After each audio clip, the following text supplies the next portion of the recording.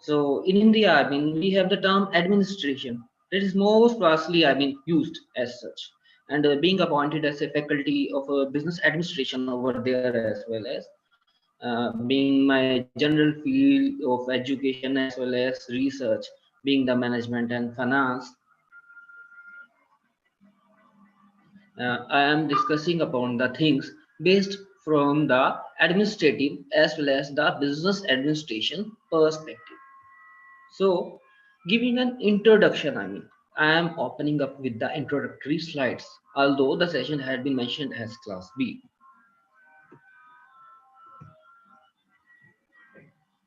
Let me share the screen first.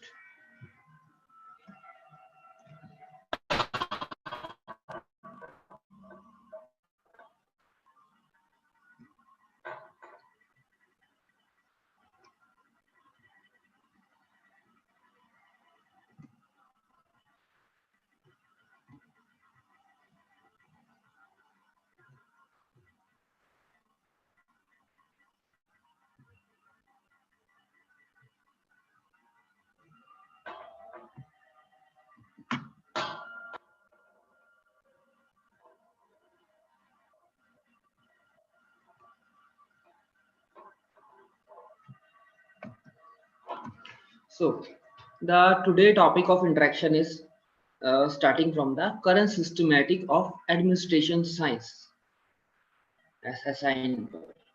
So, our perspective, being a faculty of economics, it's been at most on the general administration or in specific to the business administration as such. Yeah, I would be presenting the views based upon the interaction and knowledge I had been from my Indian background as well as some of the interaction with other nations abroad.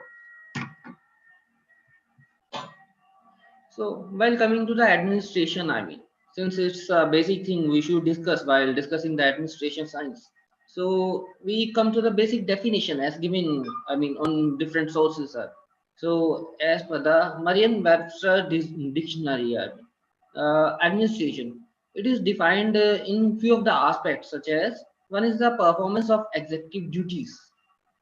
Yeah, that is regarding particular duties. I mean, they have been assigned to a particular official or a set of officials. I hope you are understanding my words.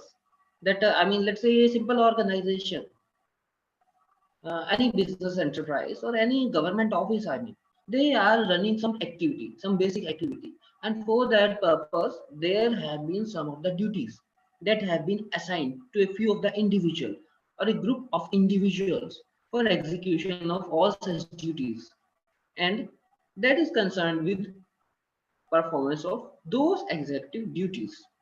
And in another way, it is the act or process of administrating something, the administration of justice, the administration of medication. That it is regarding the that we administer something. I mean, let's say we administer an organization, we administer a set of range of utilities. We administer a government authority, or we administer such other things as such as assigned or as within the purview of our management.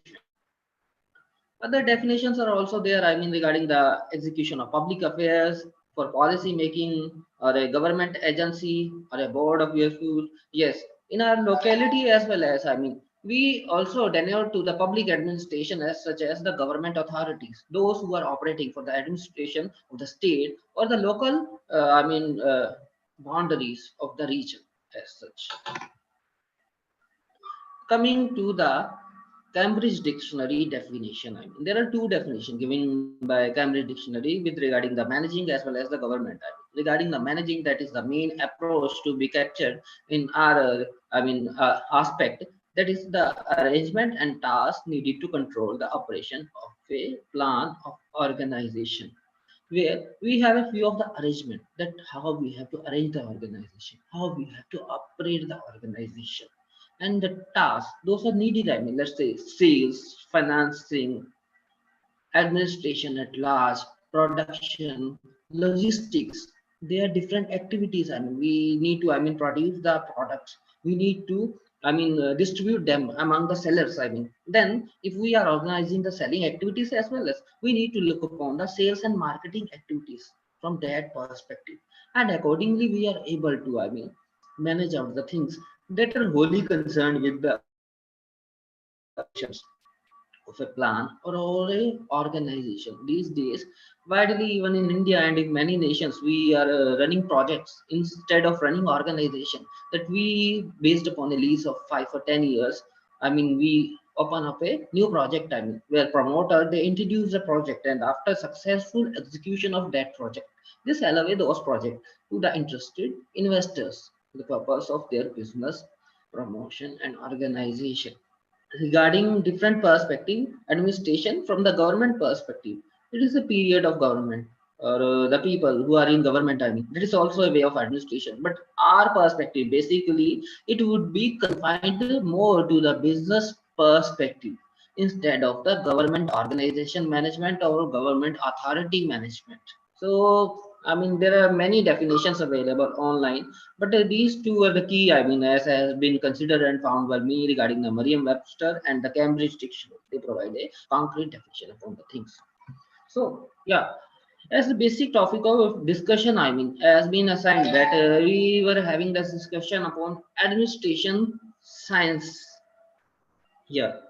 But while looking at the literature or referring to different sources, we have a term used that is administrative sciences as such.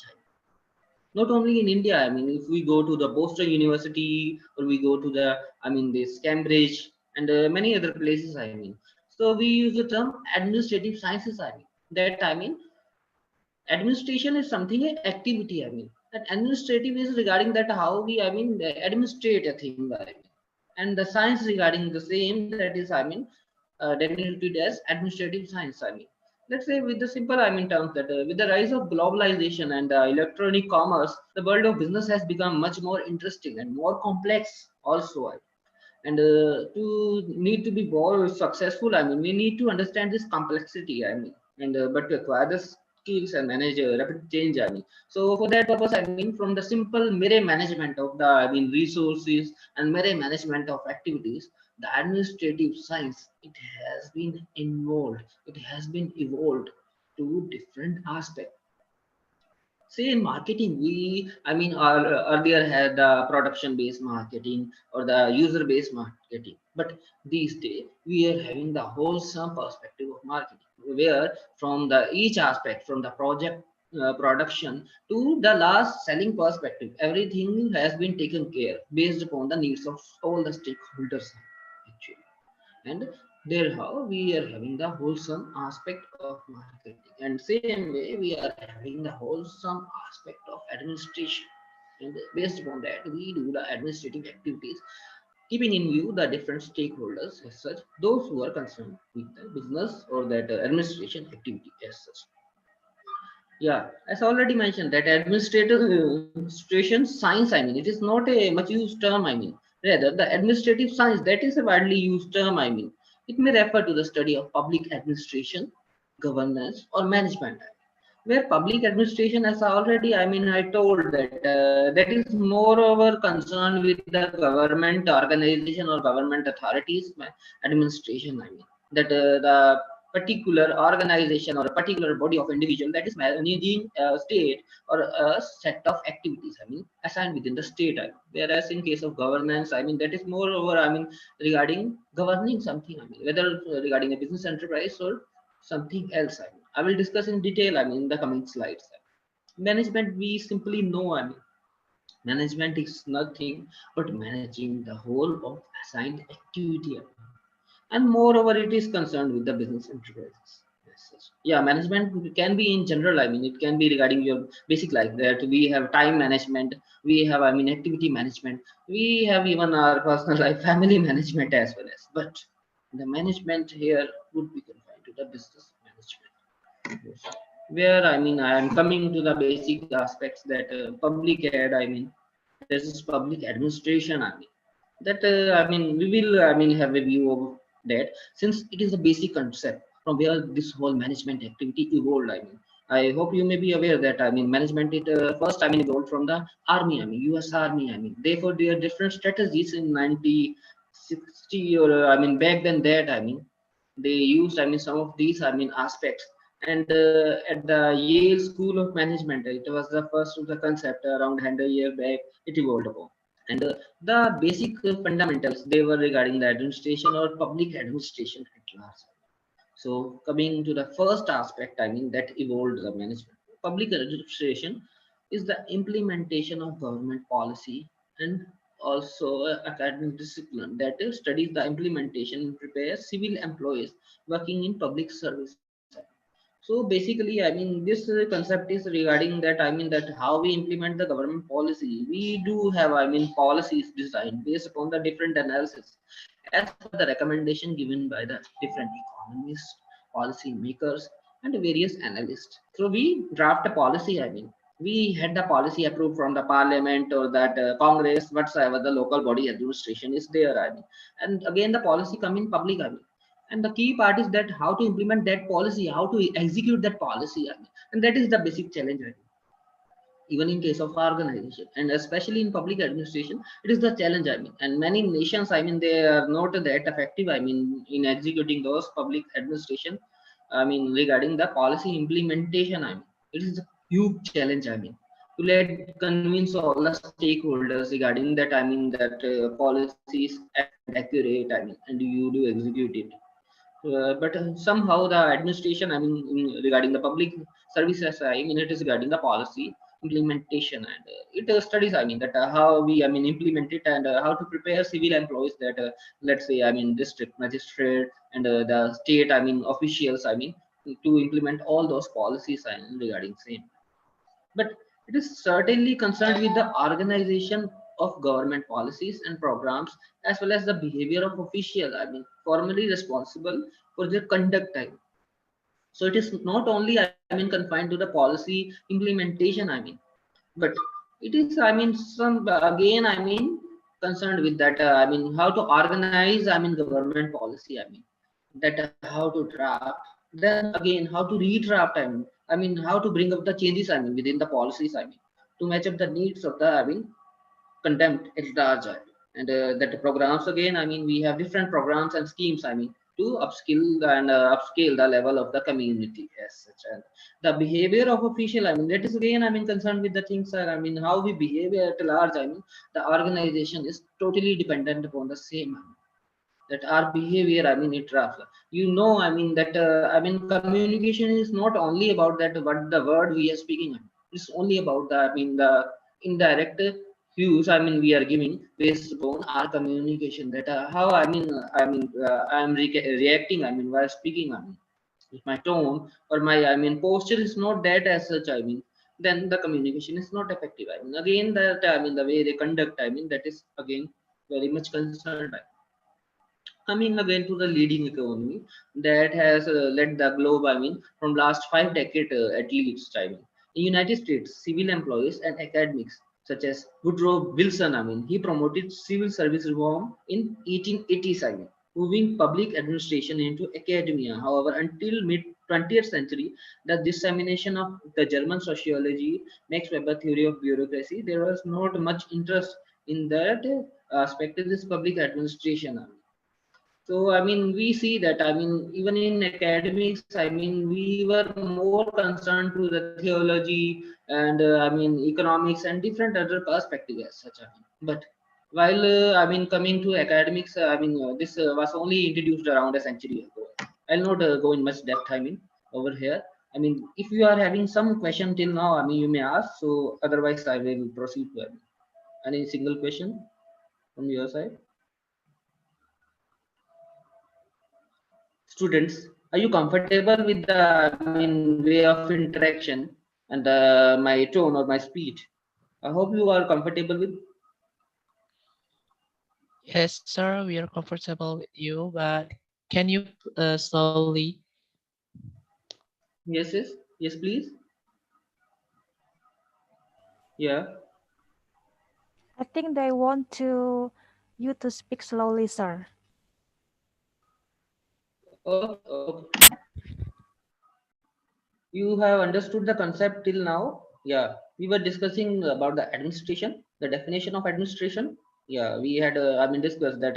It is regarding that. Management of a few activities. And it is the process of administering something. Whether a business enterprise or a public enterprise.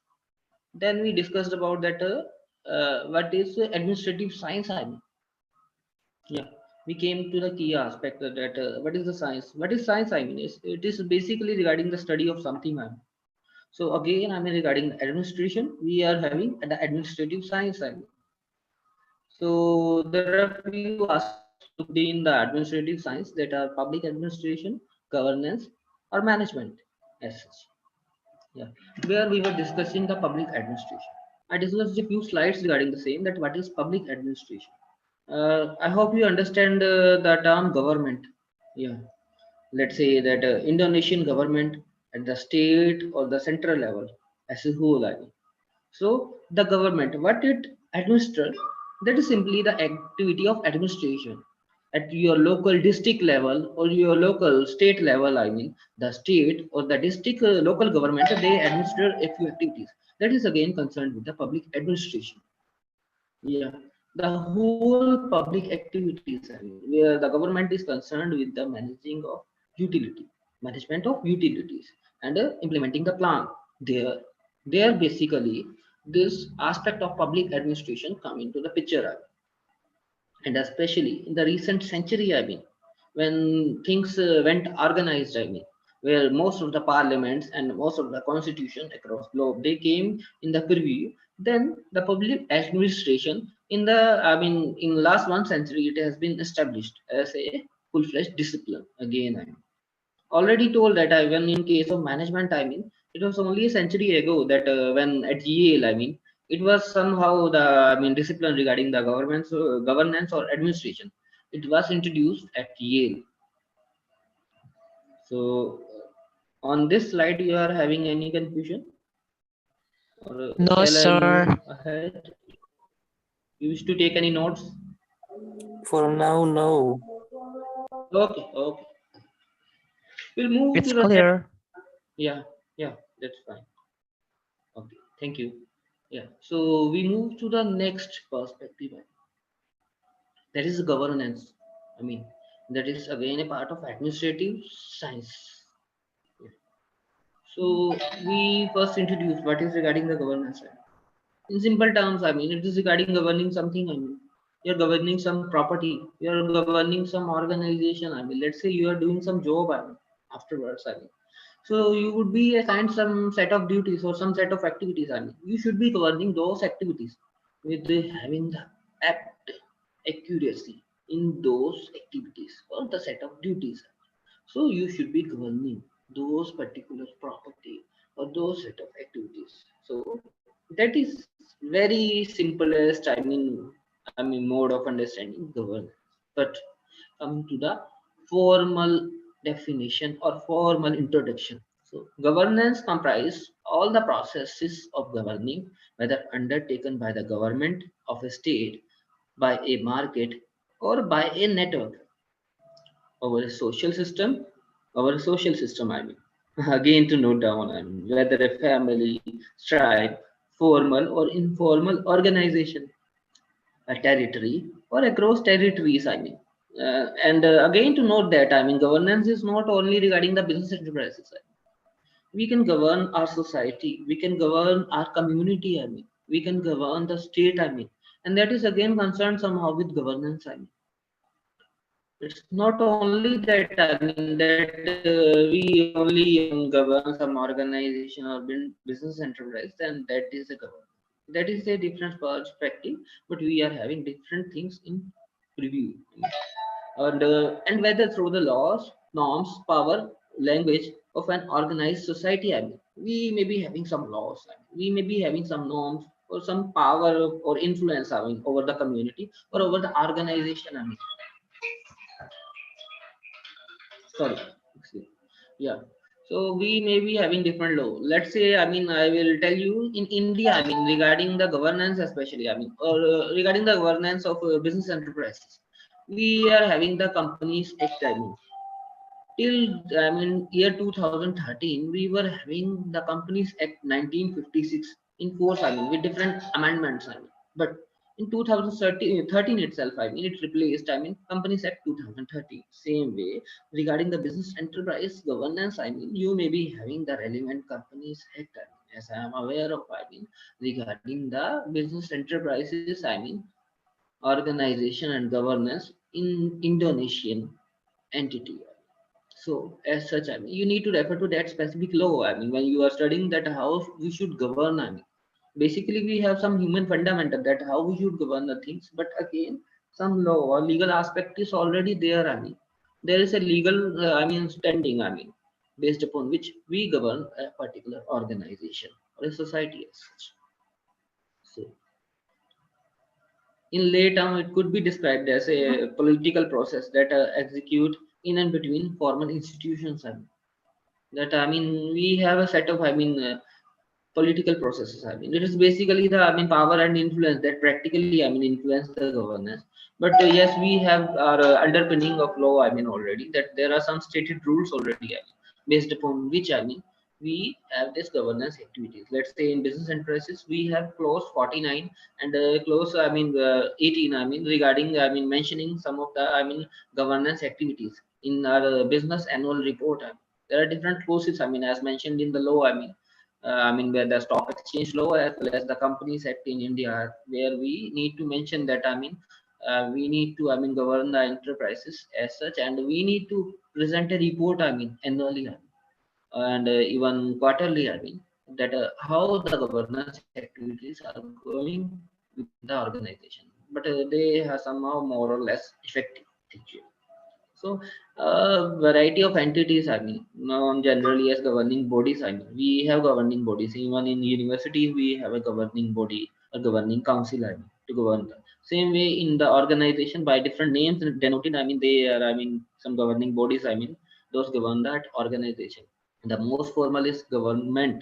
The state government or the national government, a body whose sole responsibility and authority is to make binding decision and on a geopolitical system by establishing law. The government established the basic law, the Company Act, or that Public Utilities Act, Public Organization Act, Public PSUs Act. So government is concerned, and that is the basic fundamental organization. That is the governing largest governing body for a nation. That is concerned with the management of a whole state as such, and make the laws and rules, for the purpose. And it could be a socio-political people, group that some religious bodies there. Let's say I am from Punjab. And in Punjab we have a city Amritsar. That is very popular for the Golden Temple. The place is somehow the most visited place in the world. From the tourist perspective, that is a religious place, but from the tourist perspective, that is the most visited place. But regarding the administration of that particular organization, the Shri Harmandir Sahib or Golden Temple, we are having a body, that religious body, that is Shiromani Gurudwara Prabandhak Committee. It is a legal body, but that is concerned with the governance and administration of that whole place or that whole running organization, that religious body. So somehow governance can be from government, governance can be from the religious body, or governance can be from board of executive or board of management within a single organization as such. And in business and outsourcing relationship, governance framework are built in relational contracts, that foster long-term collaboration and innovation. So you may note down a very basic definition, regarding the governance, that governance is the way rules, norms and actions are structured, sustained, regulated, and hence accountable. That is very simple definition to note down, and a very simple definition to understand that these are basically rules and norms and actions. There are few rules and norms. And again our action. Based upon those rules. How they are structured and sustained. That once over once. It's not only a single time action, but it's a regulated action. It is a regular action where we sustain over long time and regulate and hence we are accountable, I mean, to something. Thank you. Yeah. So there are different, I mean, discussion based on the thing, but I mean, come to the other things. Let's say, I mean, again, you are first year students in university, I mean, to my awareness as a scholar. So you may be understanding the university system as such. You are not that much aware regarding the administration of business enterprises, but you may be aware regarding your university itself. So most institution of higher education offer governance as an area of study, such as Bastille School of International Affairs, Monk School of Global Affairs in Paris, and Graduate Institute Geneva, I mean, or London School of Economics. These are the key eminent institutions across globe where you can have your studies, I mean, your further studies. I mean. So these are the few institutions. Those offer the studies on governance. But in our business enterprises, also governance is very important. I mean, perspective to be captured. I mean, in the United States or in the European nations, and I mean, recently in India. I mean, from last 2 decades. I mean, we are corely focused upon the governance activities of the enterprises. I mean, so green business management is there. I mean, green governance is there, corporate governance is there, that we the business is having the public good activities. I mean, they are, I mean, opening the schools and colleges, they are having some public good activities, they are, I mean, focusing upon the green cover enhancement, they are having focusing upon the environmental concern. So those are all, I mean, activities, those are concerned with the governance, corporate governance especially. In India, I mean, let's say an enterprise that is having its business turnover over, I mean, 200 crores. I mean, it is, I mean, looked upon to invest at least, I mean, something 2% of its, I mean, revenues upon the public good activities. I mean, some of the social sustainability activities. I mean, where they open up schools, where they open up, I mean, environmental concern, where they, I mean, have some green savvy conduct as such. So, yeah, we already discussed that. I mean, we were discussing the public administration. I mean. So we will, I mean, come to the public administration. But prior to that, I mean, there were different topic management. I mean, we will come to the theories of management.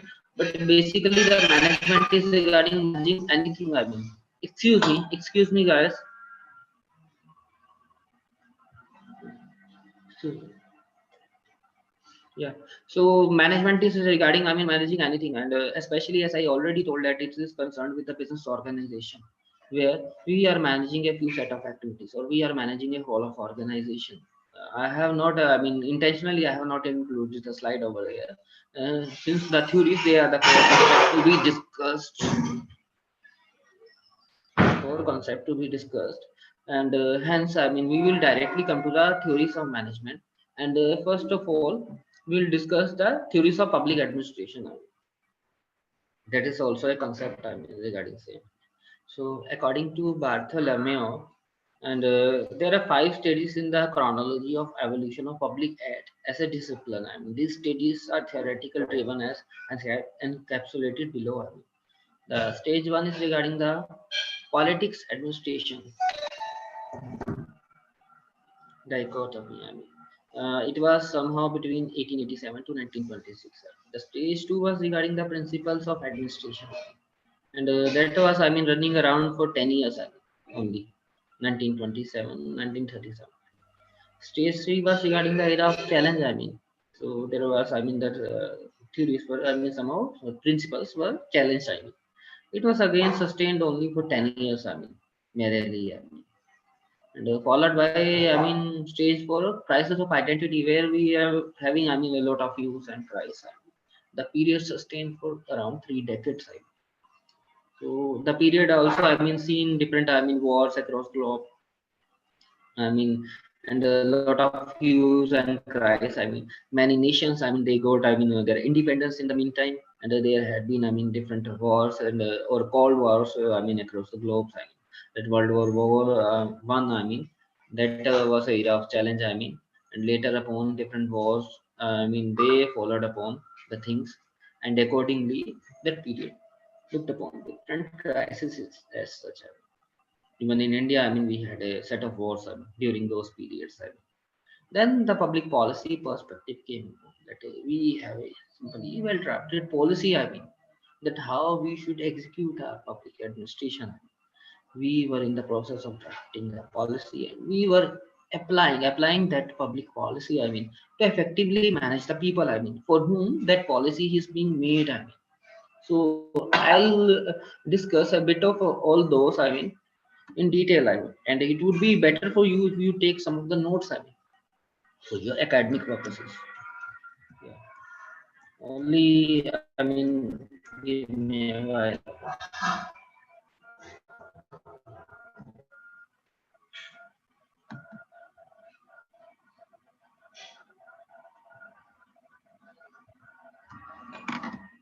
So, I was discussing the theory of public administration. So, I have discussed the different stages. Actually. So, further discussing that, that how these stages evolved actually.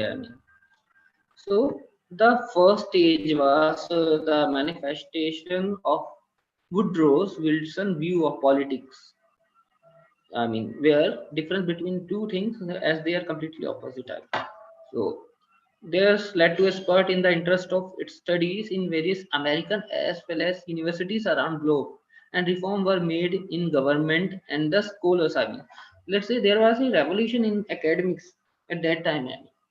So people looked upon that how the governance should be. Actually there was a academic upliftment were coming across the globes, and again people were looking at the American and different other universities. And the reforms that could be made within the government itself. That is the key public administrative authority. And a new vigor. That was a public administration. The scholars. Actually the researchers or the analysts. Within the academia, they were concerned. They were having vigor on the same.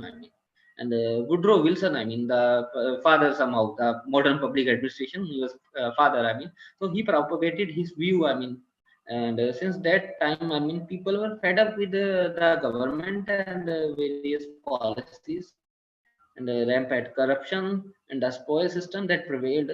And this was the major reason for people to readily lap up his view. That people are somehow fed up. There was a lot of corruption. Even in these days, even we go to any economy, there's a public reporting. If there is some hue and cry, people across globe they come to know that let's say even in the case of Chinese economy, we heard something was happening in Hong Kong.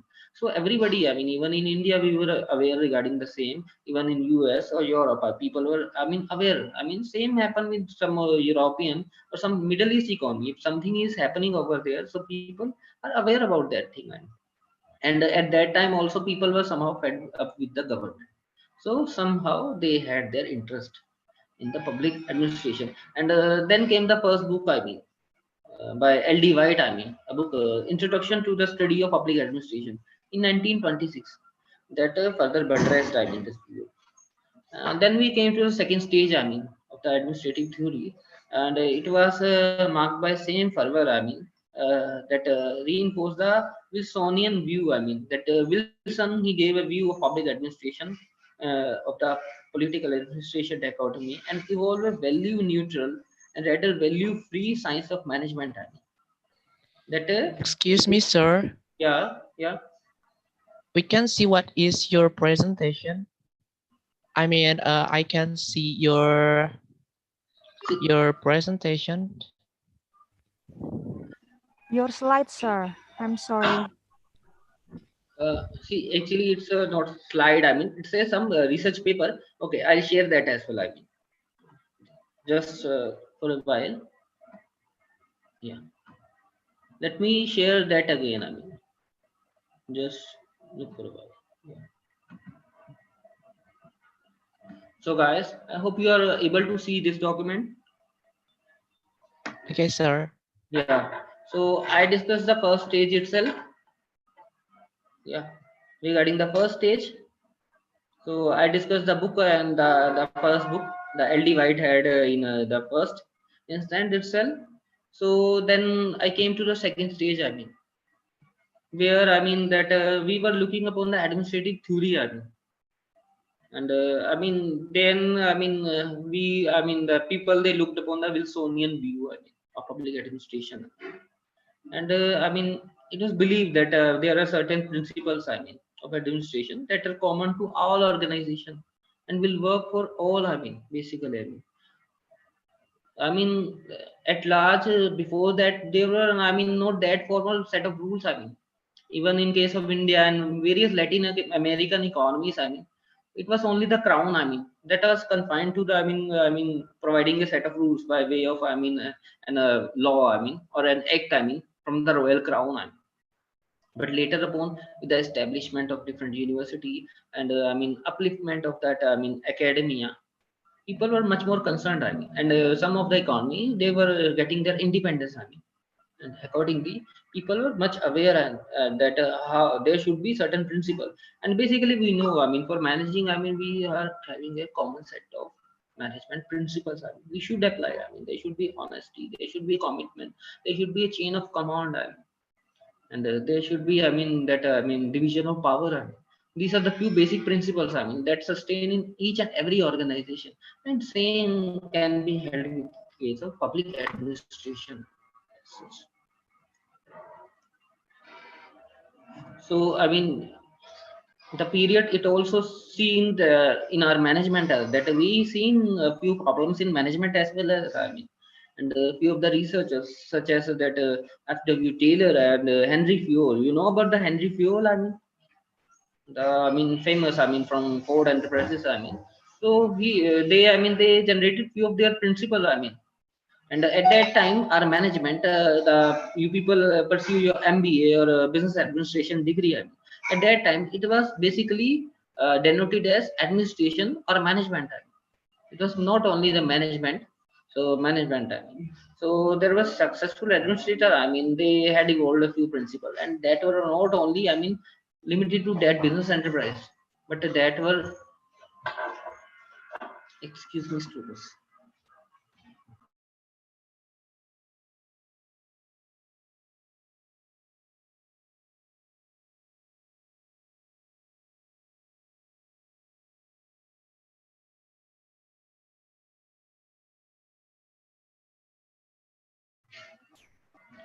So we were discussing different strategies, and we were discussing, I mean, that how management evolved. I mean, uh, excuse me, Iksan, is this Iksan? Yeah. So we were discussing that administration along with the management it evolved. I mean, so that somehow the administration of government and administration of organization, it was a common perspective at that time, and academia was looking it as a common discipline. And we were talking about the classical theorist of administration. I mean, and in general administration as large, we have Max Weber. I mean, and his conceptual framework of bureaucracy. I mean, it is a special mention here that, I mean, in case of public administration, we look for bureaucracy. I mean, and he viewed bureaucracy as a national rule. I mean, based central system where we are having different bureaus for a set of activities. I mean, and people were, I mean, confined to that we need to go to that I mean, set of organization for that set of activity. But later upon, I mean, bearing various, I mean, anomalies such as red tapeism and corruption, I mean, that bureaucracy system, it also, I mean, was not that successful, but till date the system is in existence. I mean, for the governments across globe, I mean, these are only the few government those are able to uplift themselves from that bureaucracy. I mean, well, even in the Middle East, some economies they are working upon to let them go with the bureaucracy, and they are more concerned with the good governance. They are more concerned with the public governance. So, I mean, as I told that bureaucracy, it was more over the rule-based central system. I mean, to regulate the organization structure and process. I mean, according to the technical knowledge and maximum efficiency. I mean, at that time there was a production-based marketing concept. That, I mean, what we produce, that we market. I mean, so people were not taken care of that what the stakeholders need, but it was only taken care what we have and what we are producing. I mean, same with the government or same was with the organization. So I mean, somehow the all the theorists, I mean, they have been mentioned above. They laid emphasis on the physiological and mechanistic aspects of public administration. That how we should manage. I mean, the things. I mean, from the physiological aspect and from the mechanical aspect. That from the technical aspect. That how we should manage the resources. I mean, how we should manage the activities. I mean, and I mean that's how this school of thought. I mean, it was called as classical school of thought. I mean, also known as mechanical theory of organization or administration. So classical school of thought, it is somehow common in between the public administration as well as the of our management education. The third stage, I mean, so it was in the evolution of a theory of public administration. I mean, and where earlier we have only the administration or management as such. I mean. So in the third stage is Trello. I mean, we were, I mean, had actively evolvement of the theory of public administration. I mean, and somehow that's how. I mean, it was known as the era of challenge. I the period. I mean, parallelly, as I told that. I mean, the globe it faced different. I mean, challenges across globe. I mean, we had different wars. I mean, across globe. World War I came. World War II came. I mean, and different nations they got independence at that time. So there was, I mean, era of challenge. I can't say that it was a era of reform, but it was simply era of independence or era of challenge. I mean, the different economies they were having that. I mean, challenges faced. I mean, so hello, yeah, Uh, yes, yes, uh, s- s- yes. my s- signal. Okay, I think you are having some problem in your signal, but I am otherwise having fine signals. Yeah. Uh, so shall I continue? Yeah, Yes, you can continue, sir. yeah. So I am over here. I mean, in the third stage. I mean, that where we seen the evolution of theory of administration, and here came the concept regarding the human relation theory. I mean, in theory, we had that human relation aspect. That I mean, that brought about a pragmatic view to administrative issues. I mean, then there was a due change. I mean, at least for the scholars. I mean, I can't say in practice how it was. I mean, actually at the grassroots level. I mean, but somehow in the theory or in the policies, we had a human relations theory that I mean, we should I mean look upon the human relations that a human being are being handled up, how they are being trained. I mean, to manage upon the administrative activities in the public administration sphere, and somehow we were looked upon the organizational activities as well as. So, I mean, these emphasize the human aspect of administration. I mean, so that sprang up from the Hawthorne experiments. I mean, by Elton Meyer and his colleagues at Harvard Business School. I mean, I already told it's been a century ago when Yale and Harvard they established their business schools. I mean, or their administrative sciences school. I mean, so Harvard Business School in late 20s. I mean, of 20th century. I mean, it was established in 1990.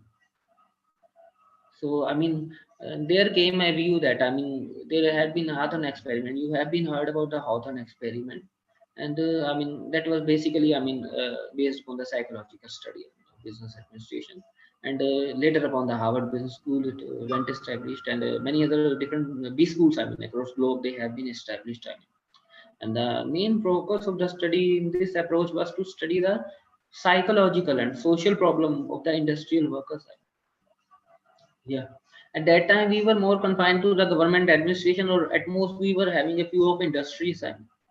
So, I mean, at that time, labor issues were also there. So, we were looking upon the problems of social, I mean, industrial.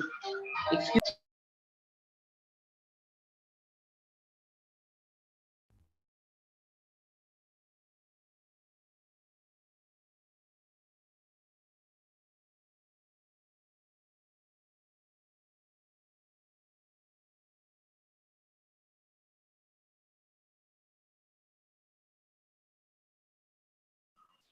Yeah. Sorry for the interruption. Yeah. So, we were discussing the third stage. We were discussing the third stage. I mean, where I mean We were discussing the third stage. I mean, where that I mean, we looked upon the establishment of different B schools, and I mean, focus was basically lied upon the psychological problem and social problem of that industrial workers. I mean, that who were actually handling the activities at grassroots levels. I mean, whether it's in business enterprises or such other related enterprises. And the scholars, I mean, they identified various like informal organization, leadership, morale, motivation. I mean, so labor reforms they came in the public policies. So, I mean, we looked upon that, I mean, labor reforms, different laws, and different bodies, I mean, that have been organized to come upon that different body. And there had been vast study by Herbert Simon and others, I mean, that developed the behavioral science theory that how we behave, I mean, that is only concerned with, I mean, our behavior, I mean, that how we are behaving with the individuals. I mean. So, theory came upon that our behavioral sciences, they have been looked upon and even till date we are having different studies about the behavioral sciences even in business or in any of aspect of your administration you are not successful if you are having only the materialistic things with you. Excuse.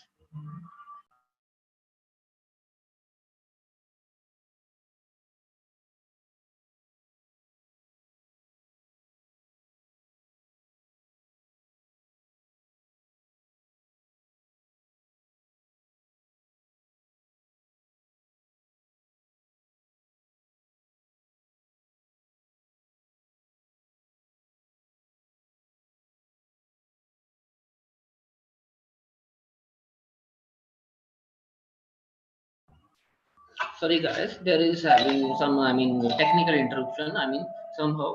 So I mean I interrupted in between. So I was I mean discussing the behavioral science theory and that yeah. So in the behavioral science again, I mean,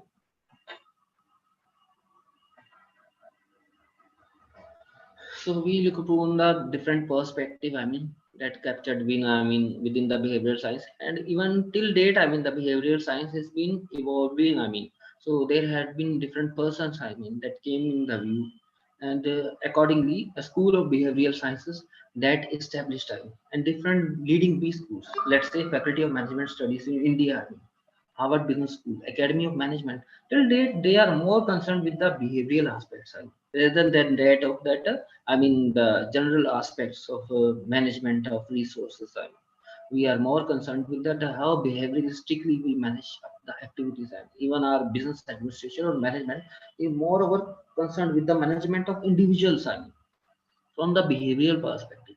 If we are able to, I mean, manage the behavioral perspective, we are able to manage the organization in the marketing as well as I mean we are more overlooked upon the individual psychography. I mean, if we are able to analyze the actor psychography, we are able to capture the customer and we are able to I mean market our product as per the psychography of individual, we are successful. So that is all concerned with the management. I mean. So there have been different views came by, but that I mean the next stage we I mean came upon, that is the crisis of identity stage.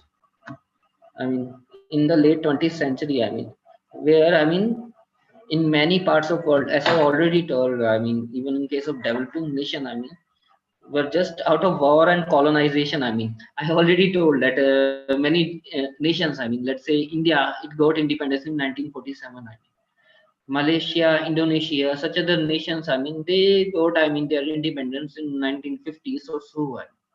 So there had been a hue and cry, I mean, and the colonization, I mean, the countries were coming out of the purview of colonization. I mean, they were getting more and more aware. I mean, and there were also wars. I mean, coming across the, I mean, regional economies. I mean, we had Indo-Pak War. I mean, thrice about, and it came upon that I mean this phase it marked a debate for the I mean return of values in public aid. I mean, till then there was a lot of I mean bureaucracy and there was a lot of red tapeism established within the organization. I mean, after having half a century of establishment of public administration laws, and so we look for a loyalty, we look for a I mean truthfulness and honesty within those enterprises. I mean, but it was the biggest challenge.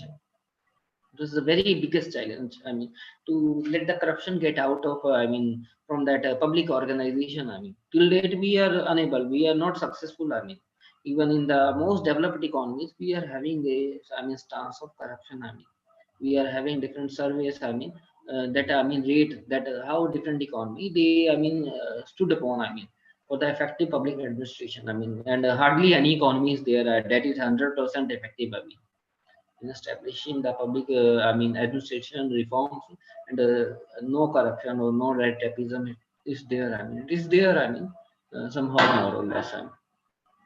So I mean, yes, yeah, I mean, I came to the US. I mean itself. I mean that Waldo. I mean in 1994, he asserted that I mean US faced a lot of I mean faced a host of crisis in 1960s, and the traditional public system failed to answer a lot of questions to provide solutions to problems. I mean, yeah, problems are not only there, even in USA problems were there in 1960s. I mean they faced a lot of problems, and what they did, I mean they privatized everything. I mean, and at present day, I mean there are a lot of private organizations running over there. Their basic activities, let's say transportation, I mean that power consumption and different activities, they are being looked upon by the private enterprises instead of the government organization. So they privatized a lot of activities, I mean, to face upon those challenges. But that thing is not effective for every economy. Yeah, given their environment, privatization was effective. But given our environment, or at least the Indian environment, the privatization is not a suggested way, I mean, to make up the reforms. We can sectionally do those things, but that are not actually, I mean, advisable. I mean, for a particular economy that is not a developed economy, that is in a developing stage or even in a emerging stage. I mean, so I mean, there born the concept of new public administration. I mean, by Edward Waldo. I mean, from the, I mean, their first Minobrook conference. I mean, so at that time, I mean, different standards or different policies they used to be born from different conferences across globe. I mean, let's say from the Bretton Woods conference, the gold standard that I mean de-established. I mean, and that I mean currency standard it came into the form. I mean, even till late, we are having the national international currency conversion based upon the dollar or other different, I mean, currency values. I mean. So at that time we were having I mean different conferences. I mean the key major important conferences. I mean based upon that different concepts. I mean they came upon in those discussion. I mean from individual across globe, and again in one of the conference the new public administration concept that came upon. I mean so there were second generation. I mean behaviorists, and I mean as per the prediction. I mean, very important part of this conference and the main convener of this later conference. I mean, they laid stress on the values. I mean, in public administration and committedness by administrators.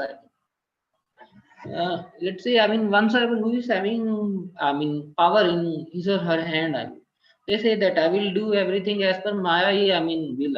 I'll not go to law. I will not go to commitment. I mean. But somehow, I mean, in this period, the people laid, I mean, stress upon that you should be committed, you should be true, and you should be loyal to few of the aspects. I mean.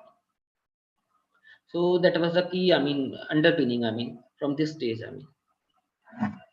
So, I mean, I'll come to the, I mean, last stage. I mean that public policy theory, that was the next stage in development of public administration theory.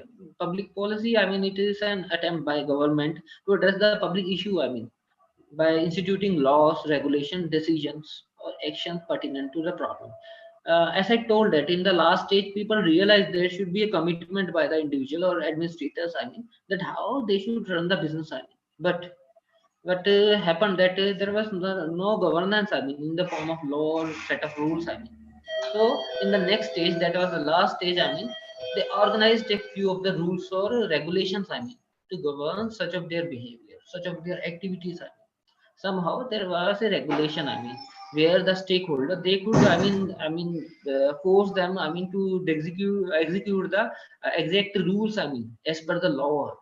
Earlier, there were no specific law for all the set of activities. There were only generic laws for the governance of organizations at large. But again, there were a few pros and cons in these things as well.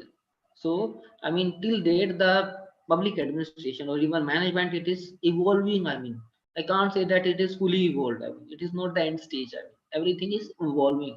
So, those were the, I mean, core crux of the five stages I have shared, and I'll come to the next thing. I mean, in the meantime, I'm stopping to share this thing. I hope you have noted down the key points. Yeah. I'll come back to the PPT again.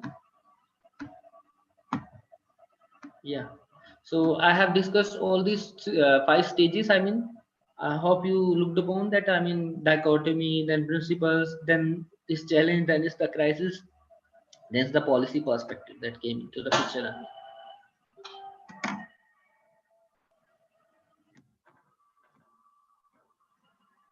yeah, so I mean, we discussed that governance is the next aspect of administrative science. I mean, that has been looked upon. So again, our perspective is mostly confined with the corporate governance, the governance of a business enterprise.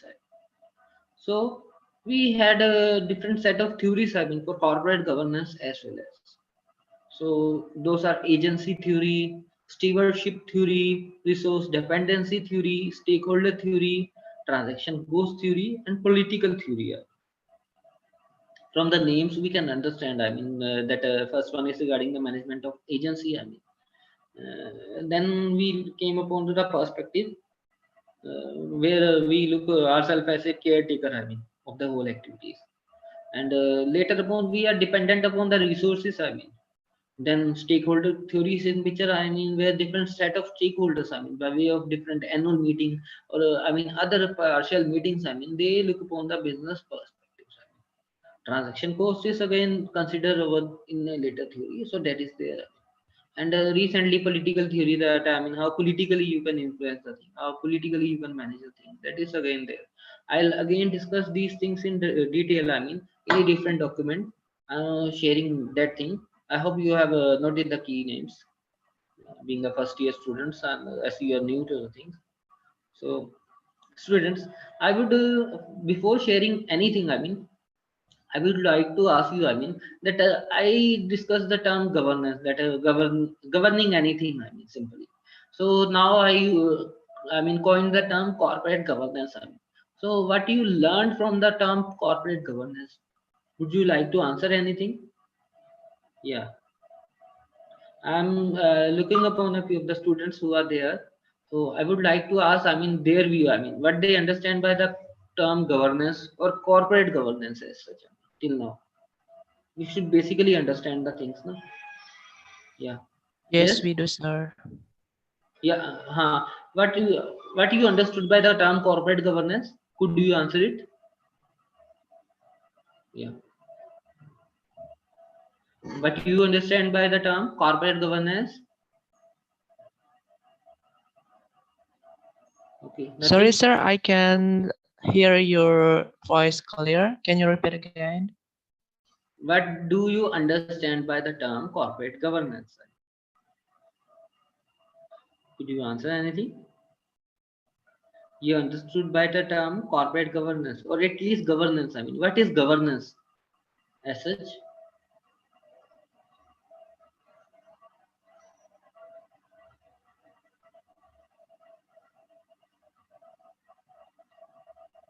Nothing. Okay, leave it. I mean, I'll re-repeat. I'll repeat again the things. I mean, regarding the governance specifically. So, governance, it is moreover concerned with the governance. I mean, we govern a few set of activities, or we govern a whole organization. I mean, as such. Governance can be the public governance, where we, I mean, govern a few of public activities, I mean, or a set of religious activities. I mean, so that is governed by an organization or a body, I mean, in particular. I mean. In case of our business entity, we have a term corporate governance. I mean, we are moreover concerned with the good governance. I mean, that activity should be good enough. I mean, that is, we govern the enterprise. We govern different activities of business enterprise for the common good. I mean, yes, our business aspect is, I mean, the key aspect is regarding the profit making. But again, being a social enterprise, I mean, we need to look upon that societal issues as well. whatsoever we can manage and whatsoever are concerned with our common environment. So there, the term corporate governance it comes in picture, and we look upon the different perspective that we need to manage. That is our responsibility to be managed while governing, while managing a particular organization. So there are different theories. I stated six theories are there. Six theories are there, and I'll rediscuss. Those theories with a different document. So I am about to share that document.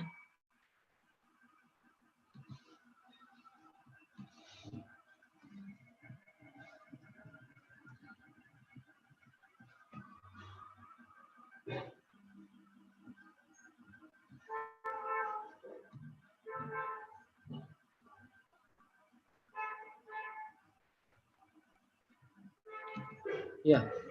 So I was discussing the theories of corporate governance. Yeah. So first of all, you may note down the basic, definition of corporate governance. That what the corporate governance is all about.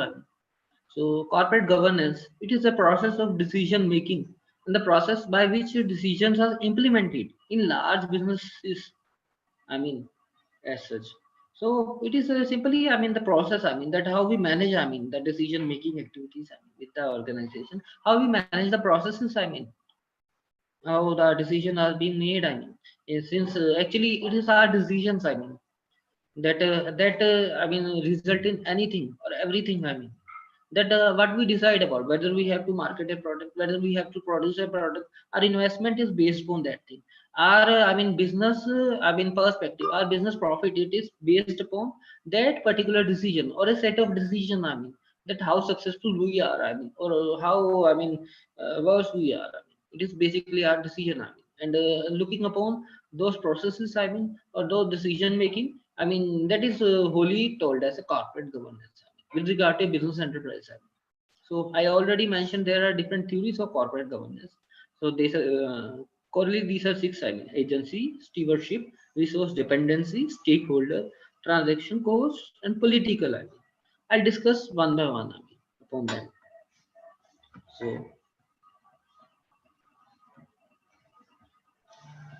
So first is the agency theories. And this theory it defines the relationship between the principals such as shareholder of company. In the present day, mostly in case of business analysis, we have company form of organization. Are you aware about the company form of organization? Yeah. So company is nothing. It is association of few individuals. Let's say 10, 20, or 50 individuals. They came up together. And they open up a company, and company is a business enterprise. That is a enterprise that conducts a few activities. And you 50 people. Who invested in the company, who provided their money, exactly the money. And different resources to the enterprise. Those are stakeholder. Let's say you are 50 individual who opened up the company, and then you are the shareholders. And you are told eventually you are told principals. And agents are those who are concerned with the management of the enterprise, but they are not the owners of the enterprise. Principals are the owner of the organization, but that agents, they are simply the directors of company. In India we have a different structure where we are having board of directors. Basically to manage up these key aspects, and accordingly directors who are concerned with the management of the company, they are told as the agents.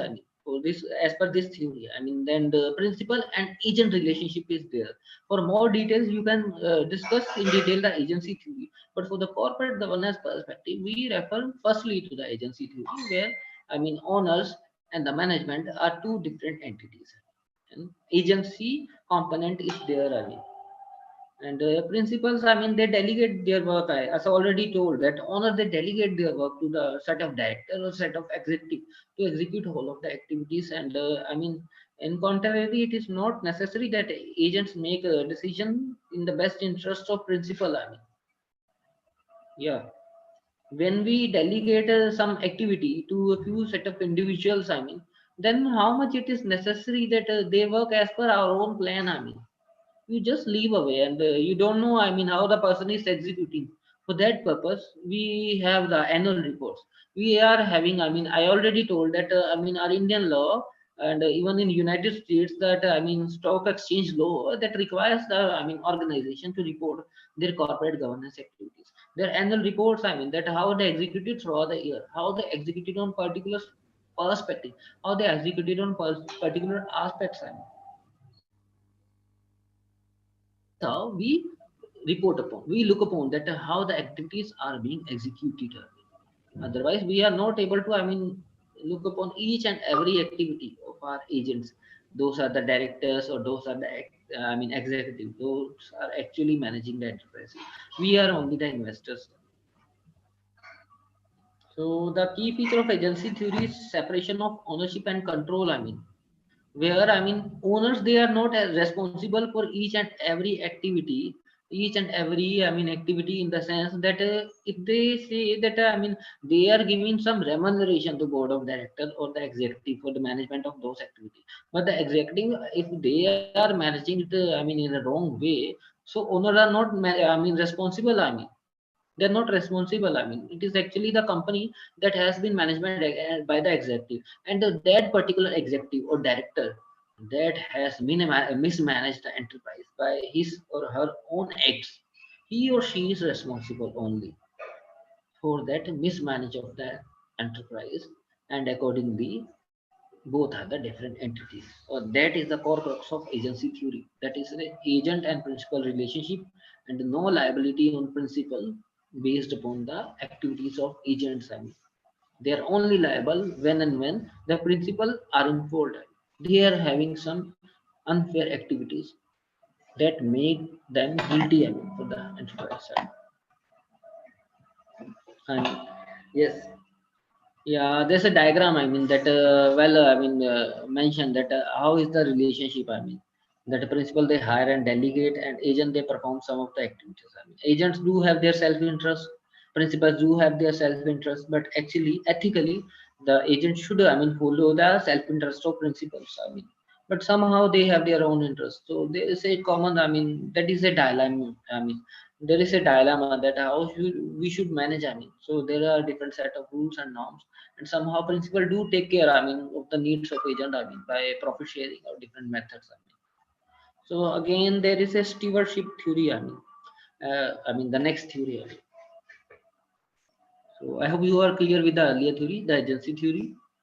So I am discussing the next theory, the stewardship theory, that states that a steward, it protects and maximizes the shareholders' wealth through firm performance, and the stewards, the company executives and manage working for shareholder, protects and make profit for shareholders. I already told in the earlier agency theory that that owner and this managers, they are different. People. And here, this theory states that the managers or the directors, who are concerned with the management of the organization, their duty is to protect and maximize the shareholder wealth. Actually, through farm performance. So they should corely only and only look upon that how we should maximize the wealth, how we should maximize value of the organization and resultantly value of the organization. And if the stewards, they are more concerned with these activities, they simply imply or implement the key activities of profit making and the value maximization. The stewards are satisfied and motivated when organizational success is attained.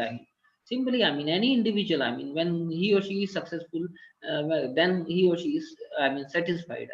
In the same way, the stewards, they are satisfied. It is focused as per the theory. In practice, it may be different. But the theory states that they are having some motivation. To make the organization successful.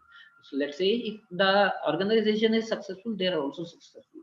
Organization is sustainable, they are also sustainable. Their future is secure. If the organization is secure, and if the organization is not there, their future is also not there. For long. So in this theory, the employees take ownership of their job and work them diligently. From their own themselves, they work responsibly. they work efficiently to make organization and resultantly themselves successful. And that is the crux of theory. The diagram again, it mentioned that they have interesting and extrinsic motivation. And shareholder, they look upon their profits and returns only. They don't interfere in the day-to-day affairs of the organization, and they empower and trust upon the stakeholders. And in return, the stewards, they protect and maximize their value and their wealth. Then is the another theory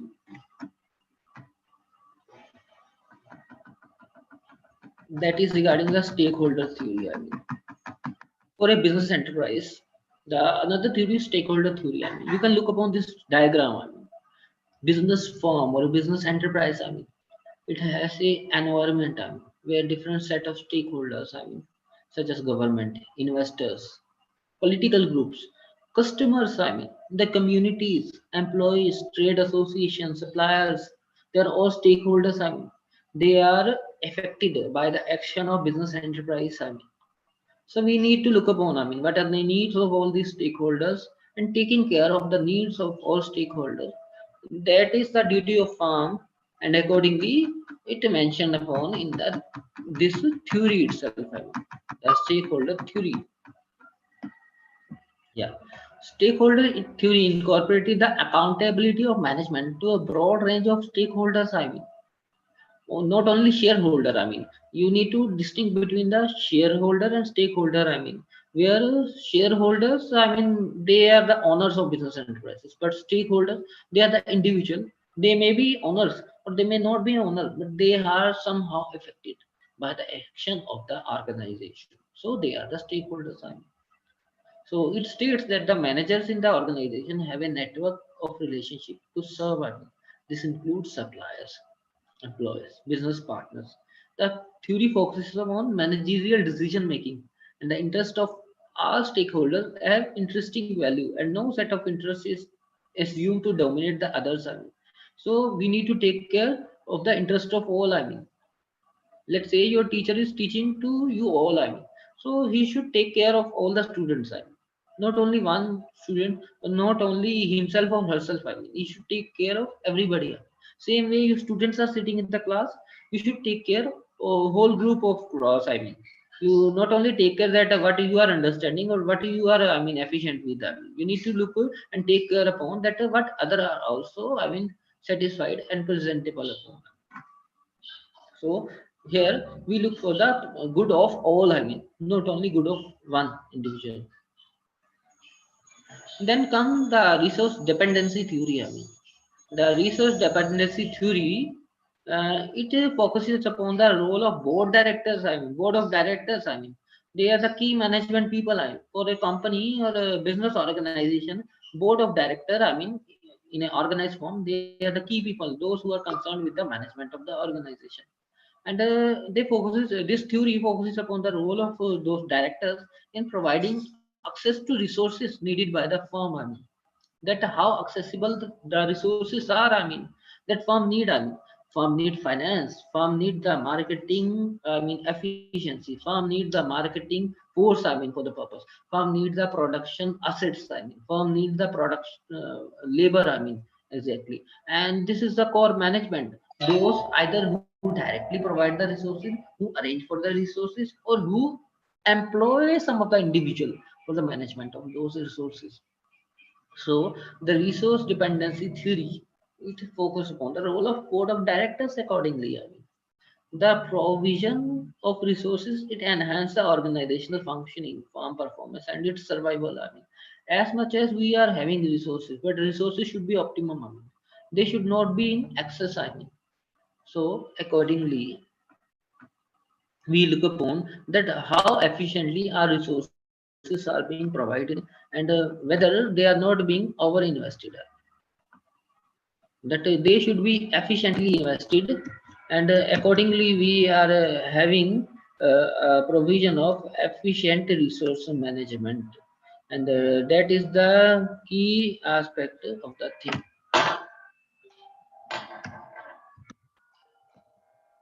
So coming back to the next theory. The next theory is regarding the transaction cost theory. I mean, we focus upon that what is the transaction cost being incurred for having a particular set of activity. Sorry for the interruption.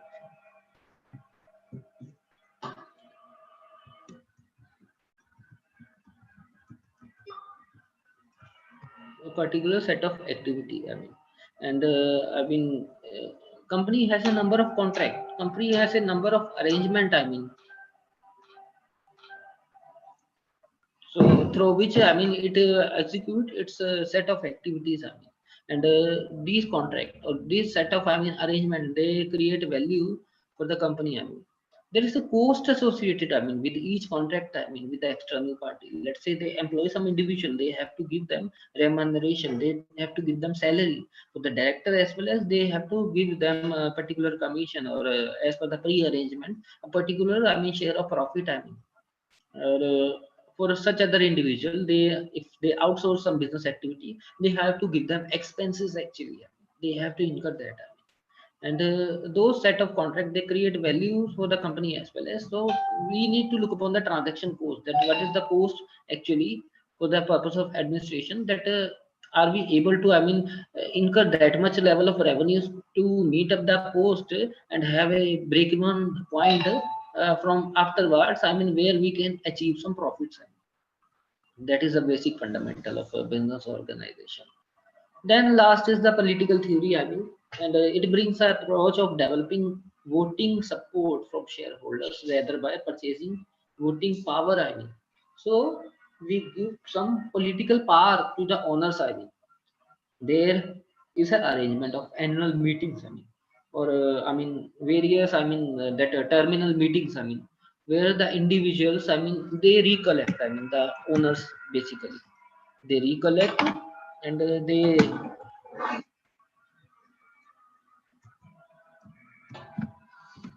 recollect, and then they make decision regarding the key affairs of the business enterprise. And accordingly they are able to comment upon that whether business is running effectively or whether business is not running effectively. And they may even replace the individual, those are concerned with the management of the organization. They somehow replace the individual, and accordingly they make up the political plethora or political environment of the enterprise. So, guys, with this, that governance theory, they have also been discussed, and we will come to the next slide where we are discussing the theories regarding management. I already told that what is management all about. Uh, excuse me, guys. Before discussing that, I will look to. You guys may have a common discussion in between yourself.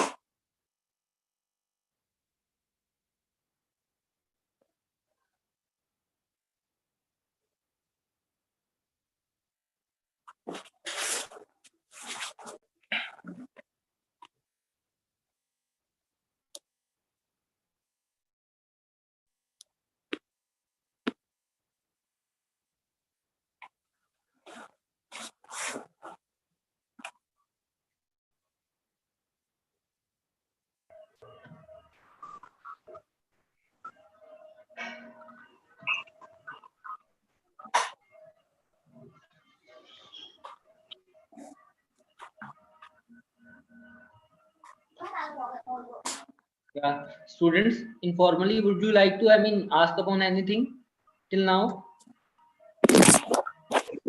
Nothing, sir. I'm sorry, sir. I have a question. Yes. About the governance. Yes. Whether in each country, different corporate governance. Just that. See, I hope I understood your question, that you are asking that in different countries whether we are having different, way of having the corporate governance. whether the business organization they have different set of rules or they have different way of managing the corporate governance. See, I mean, we are having diversified culture. Even in a country we don't have a single culture. We have different cultures. And again, Okay. yeah, there's a law of land, and accordingly the set of rules they vary. But basic fundamentals, I mean, they are always there. What is right and what is wrong, business sustain for profit, these are the very basic rules that are common everywhere. But yes, there are a few of cultural references, I mean, of different nations, different regionalities, and based upon that the way corporate governance is done, it also varies. I mean, yeah, I would like to suggest to you guys that, I mean, regarding the governance, I mean, it would be very nice if you study at least in the core crux. I mean, I would, like to share some of that, I mean, contents regarding same, that how the corporate governance it has been practiced across global in the key economies across global. That is a very nice thing to discuss, but bearing the paucity of time in the current lecture, I may not be discuss them able to discuss them all, but simply it varies all across. I'll try to share Okay. this document by way of our this coordinator for this program with Judith. I'll share some of the documents, and you guys may have that document from them regarding the diversity across globe. So, anybody else having some question? I think everything was. So, would you guys like to have, I mean, some break, or shall I continue with the things?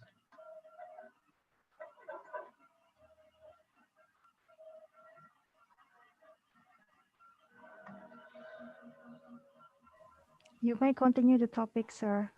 Yeah. Okay. Okay, guys. So, I'm coming back to the slides. I mean, so we were discussing regarding the management theories. I mean, so I already told you what is management all about. I'll give you the definition again. So there are few theories, I mean, that have been there. I mean, for that management perspective. I mean, and management is mostly concerned with the business organization, our core perspective. And there we have a four set of theories. I mean, the first one is the scientific management theory. Scientifically, we manage things. I mean. Then is the systems management theory. I mean, we look upon the system management theory. Then is the contingency management theory. I mean, that management need to be proactive. I mean, to manage the contingent event. I mean, that may or may not happen. I mean, but we should be proactive. I mean, to manage upon the things. I mean, these are we management people who are proactive. I mean, to handle each and every disaster. I mean, happening over there. To handle each and every challenge that has been over there. I mean, and the last one is theory X and Y. I mean, that is based upon the motivation factor. I mean, lying behind. I mean, the things. I mean, so we need to look upon, I mean, different theories. What are the theories applicable? And in the practical scenario, not each and every aspect of the theory is applicable. Some aspect of one theory may be applicable in the recent time, or some aspect of the present theory may be applicable. And based upon that, our law, regulation, or even our theory or set of principle they evolve. Since even in a regionality or in a nation, different organization they have their different principles of management. They have their different set of principles given the business, given the business perspective, given the local environment, or local, I mean, people or government, I mean, policies as such. I mean, so we need to look upon that which theory is applicable actually to our enterprise, and how we need to manage the things, I mean, based on that theory. I mean, sometimes we may be having one or two set of theories. I mean, they are partially applicable to our particular problem. We need to handle upon it. And now I am going to discuss these all four set of theories. I mean, in a bit detail. I mean, so I'm going to that document only. I mean, give me a while. So I'll be there. I mean, with this theories. So yes, guys, I'm about to share the things. So students,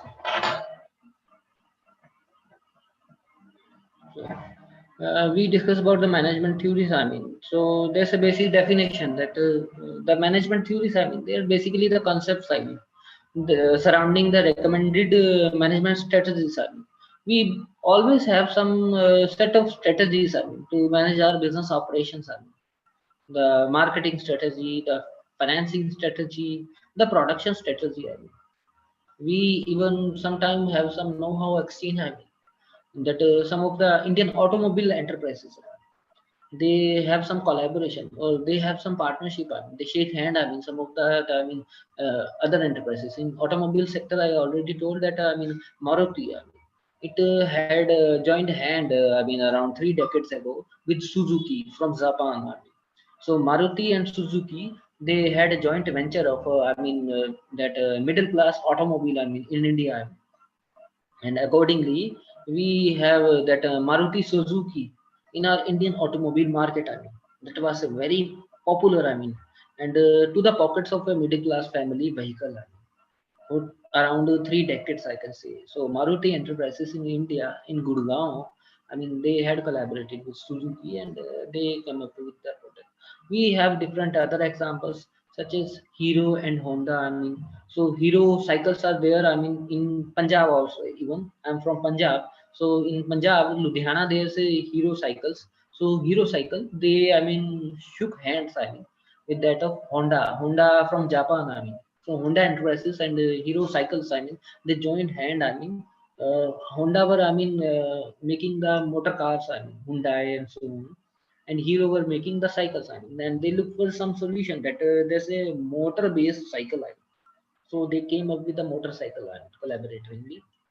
So they make up on the motorcycle, and that Hero Honda motorcycle that was very popular in the Indian market. So there are a few examples, especially in that that automobile sector where we have a joint strategies. But coming back to our concept, we are discussing about the management theories. So we are having a few of concept that how we would manage our this different set of strategies, whether this is marketing, it's financing, or it is something else. So professional, they solely rely on. I already told that professional, they do not solely rely on a single management theory.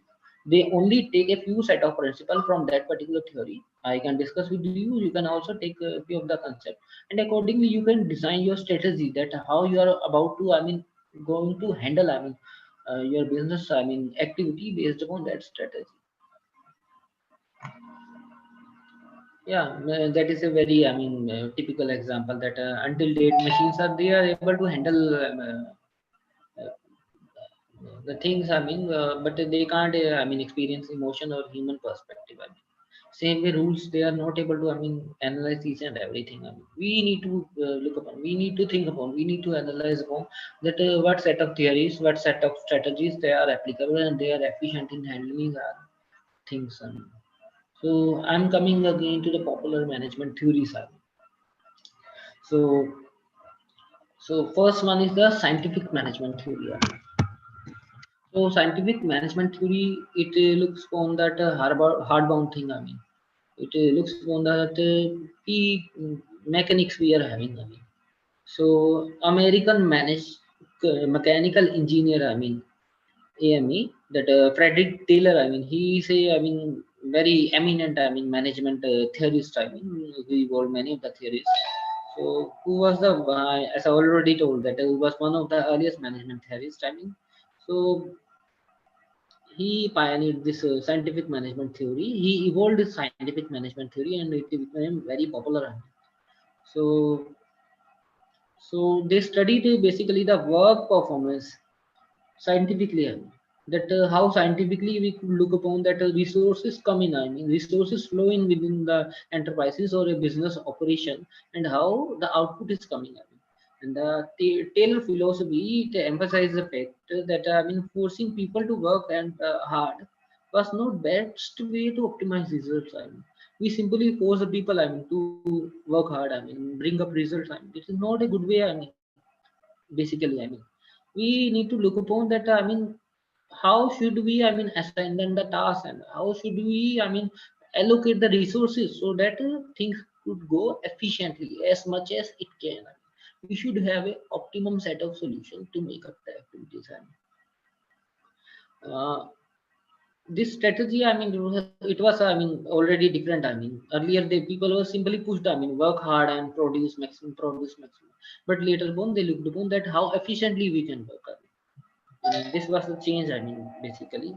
And I mean, you may note down this thing. I mean, I'm telling you that according to Taylor, money was a key incentive for working. Basically, even on today, I mean, today age, I mean, if you are having money, I mean, you should, there are different motivation factors. But let's say someone is motivating you and motivating you, but he is not giving you money, I mean, that then what is your motivation, I mean, behind doing that task? There should be some monetary incentive, I mean, to motivate you to work efficiently. And which is why he developed the fair day's wage for a fair day's work concept. I mean, that there should be a fair wage. I mean, when there is a fair work, when the worker has worked efficiently, there should be a fair wage for that worker as well as. And since then, scientific management theory has been practiced worldwide. I mean, that the resulting collaboration between employees and employers evolved into teamwork. I mean, earlier it was only administrator based. I mean, that they were simply hold like employees. I mean, that you are our workers only. I mean, but later the feeling of teamwork also came after these kind of reforms, that you looked upon the needs of employees. I mean, you allocated efficient resources. You allocated the motivation factor, and accordingly, there was a teamwork feeling between the people. Later came the system management theory. So system management, I mean, it offers an alternative approach to the planning and management of organization. So it proposes that the business is, I mean, like the human body, consists of multiple components. I mean, that works harmoniously. Let's say, I mean, even in our human body, let's say, I mean, our eyes, our hands, or any other, I mean, part of our body, if it doesn't work efficiently, we are not able to work efficiently. We are having some problem. Even psychologically, when we are disturbed, I mean, we are not that much able to, I mean, execute the things that efficiently. Somehow we disturb the thing, and sometimes we are not able to handle even a single task if we are psychologically disturbed. So we should be, I mean, efficient from all aspects. I mean, and this theory looks upon that all processes, all components of a business enterprises, such as human body, such as human resources, finance, marketing, they should be efficiently allocated. They should be efficiently arranged, and the link should be efficient so that everything has been executed aptly as a business operation as a whole. I mean. So, according to the theory, the success of an organization depend upon the several key elements. That is synergy, interdependence, interrelation between various subsystems. I'll discuss them one by one. Synergy. Synergy is simply when we work collectively. We synergize the things, and we are having that. I mean, maximum output. You have heard of economies of scale. That is a synergy effect. We have a Six Sigma effect. I mean, Six Sigma in theory. That is again based upon the synergy. That based upon that synergy, collective synergies we are having. How much efficiently we can work on. So interdependence is again there. I mean, each process is dependent upon other process. We can't say that if we don't produce, how can we sell in the market? If there is no demand, and I mean, we produce and produce, we are not able to, I mean, sell in the market. And the interrelation is also there. I mean, if some government policy come, it will directly affect our business enterprise. Same way, I mean, the new company law, I mean, when it came, I mean, it has specific rules for corporate governance, and organization, they had to comply with those rules. I mean, and accordingly, whole business operation of the enterprise, they reformed. And that's how there is a synergy, there is a interdependence and interrelation between various subsystems of a business organization. We look upon each and every aspect of that perspective, and then comes upon the system management theory, and we manage the whole system. I mean, we manage system as a whole, not only a single perspective. Employees are one of the most important components. The earlier theory, it only and only focused upon the employees.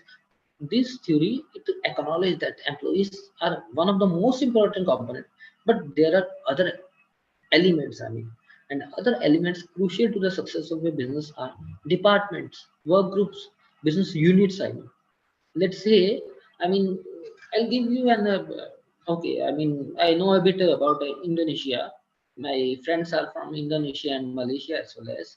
I mean, so my friend Rumi Al Ghazali, who is dean at a faculty of management at a University of Malaya. So he used to tell that frequently he used to visit Indonesia. So while visiting to Java and Sumatra, there's a different set of environment instead of the key Jakarta region.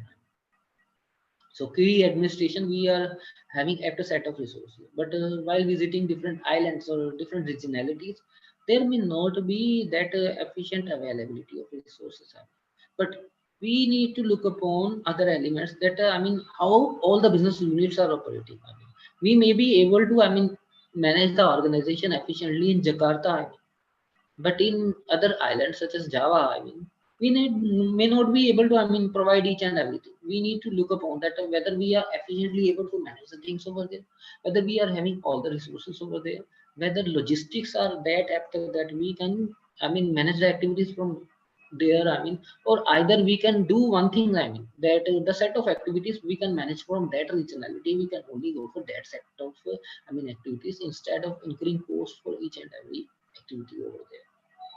So different departments, again work group, such as labor management, stakeholders, owners. there are different work groups, that are managed, responsible for the effective management of the enterprise. Actually, and in practice, managers are required to evaluate, patterns and events in their companies so as to determine the best management approach. And we need to look upon, there's no, best rule of thumb actually. That is, this is the best thing to do, that is the best thing to do. We need to actually look upon, and we need to, analyze the circumstances and rely upon our basic strategy, design based upon these consideration. We can take some of that, consideration from different individual. We can take specialist advice. We can have, our auditor, our other, advisories, that are available, and accordingly we need to design the our approach. That is the best management approach, but there is no thumb of rule of thumb. Actually, we can be 50%, 80%, or 90% successful. But no rule is 100% successful. We need to, work upon to have maximum success. Even in Six Sigma, we have 99.9% of success, not 100%. So every time we are having a limited quantum of success, but we need to look for the maximum success exactly. So this way, they are able to collaborate on different programs so that they can work as a collective whole rather than isolated units. So have a effective business, you need to have a collective, whole, instead of a isolation. So the next one is the contingency management theory. And it is that no one management approach suits every organization. As I already told that, there are different set of activities. There are automobile sector, oil refineries there. There are, that airline sector is there. The single policy can't be implemented on, different sectors. Let's say pilots. How they can be instructed that you work for these confined hours. There may be, some timeline, regarding that flight schedules. Same way in case of oil refinery. When oil is available, refinery, they can work on shifts. So they can, extract the oil and other resources, uh, throughout the clock, with different shifts of employee. But in different sectors such as banking or so, they have a, limited set of operating hours.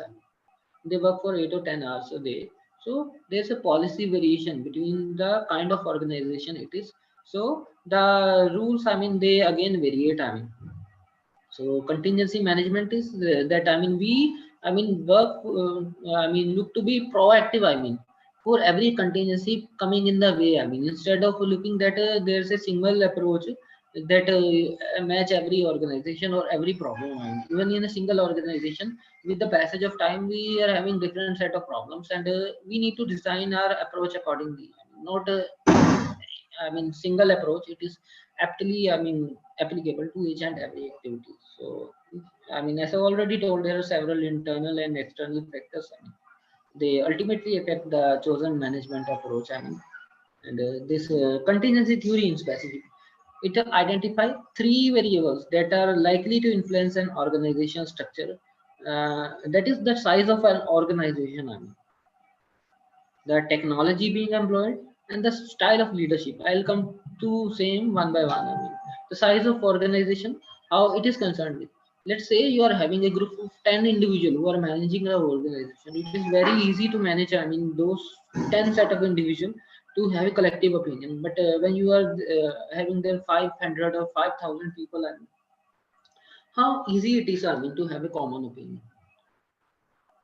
For that purpose, I mean, we need to have some selective groups. I mean, that let's say the marketing people or some regional people, I mean, they can have their formal or informal group, and accordingly they have a collective decision, and that collective decision come to upper management, and accordingly they can design and draft the policy. I mean. And again, the technology being employed, I mean, if we are doing something manually, or we are having modern up to date, I mean, logistics, I mean, or up to date, I mean, infrastructure, I mean, to execute the activities, it creates a good much of difference. I mean, conventional things are not that much applicable these days. I mean, ultra modern technology is the only thing, I mean, with that, I mean, we can do the things more efficiently. I mean, even I provide a common example.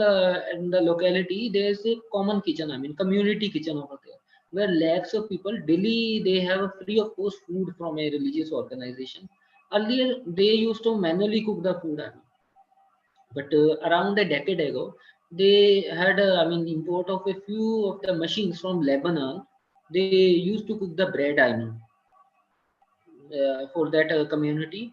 Oh, again, that, I mean, technology being employed, I mean, that also affects much. I mean, that how we are, I mean, producing the things. I mean, how we are handling the thing using the technology.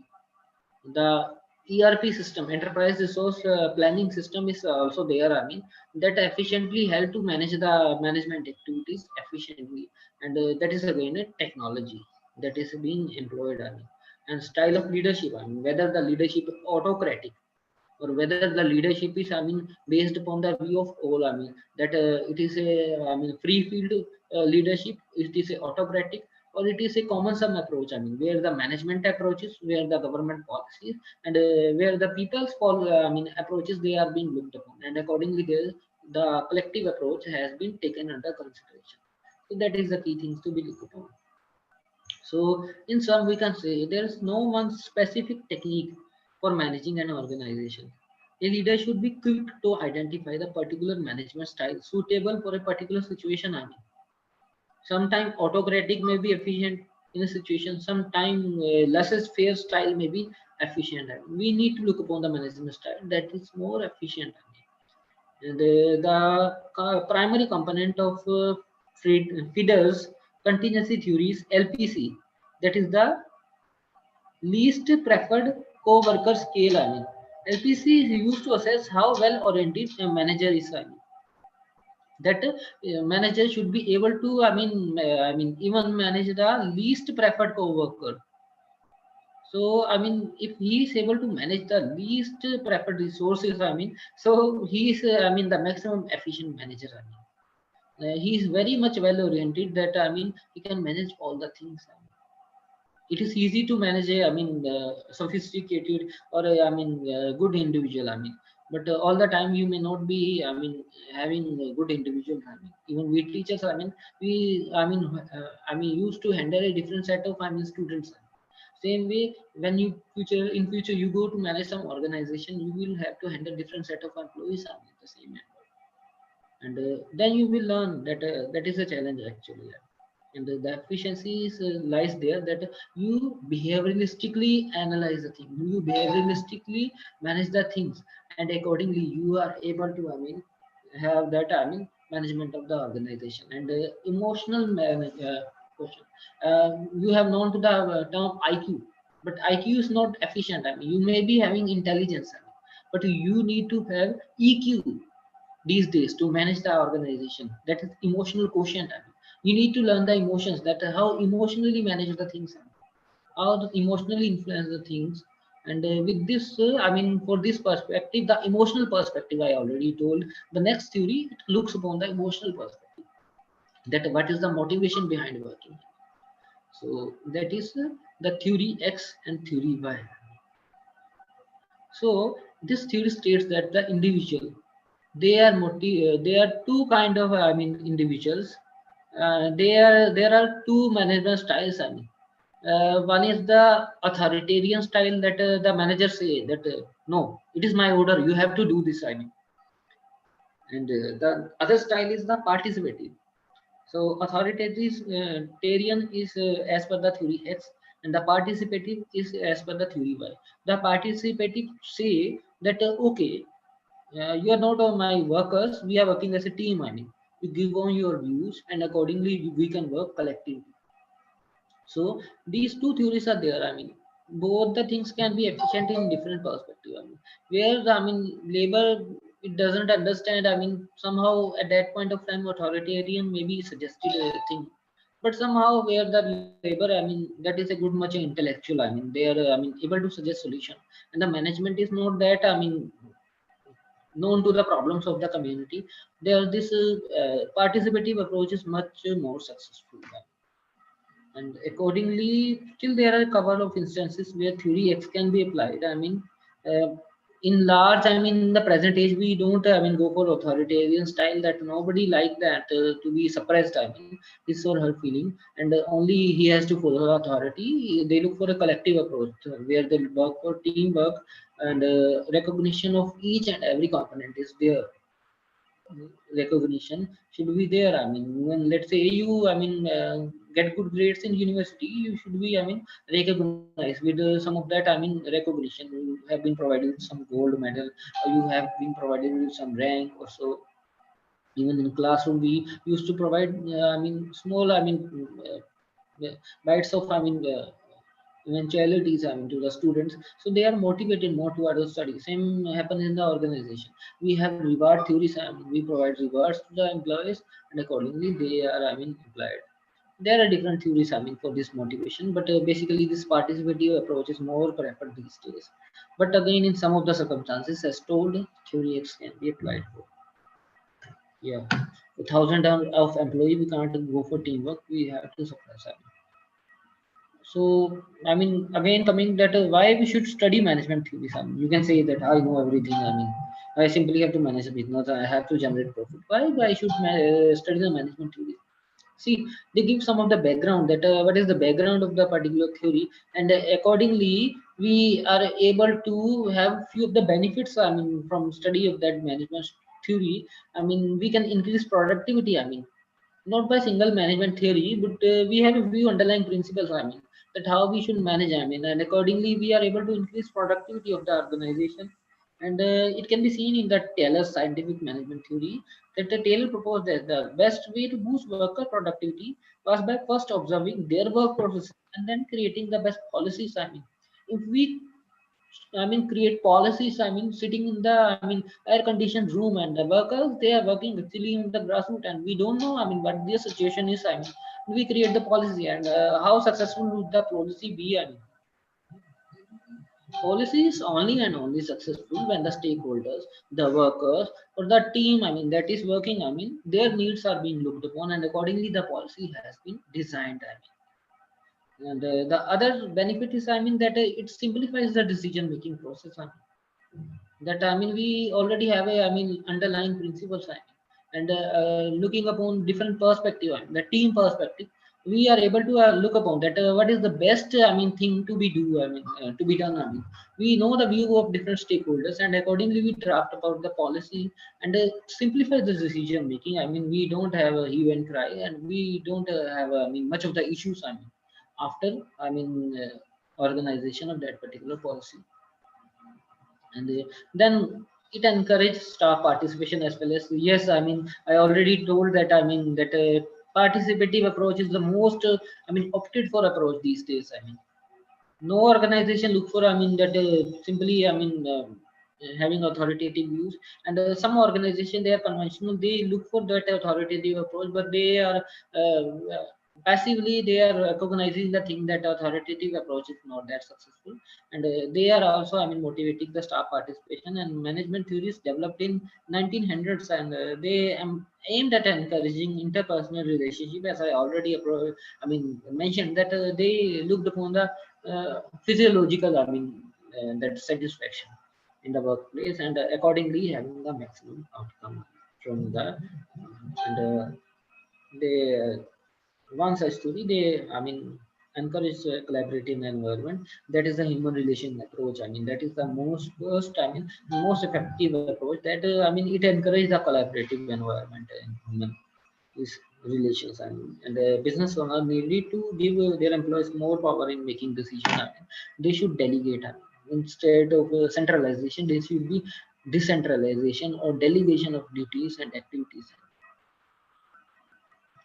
And the key takeaway, I mean, from this discussion of management theory, that throughout the histories that the company are putting different management theories, I mean, into practice. I mean, and they have, I mean, had a set of experimentation through last 1 or 2 centuries. I mean, they had a lot of experimentation, and accordingly they are able to come on some of the management theories.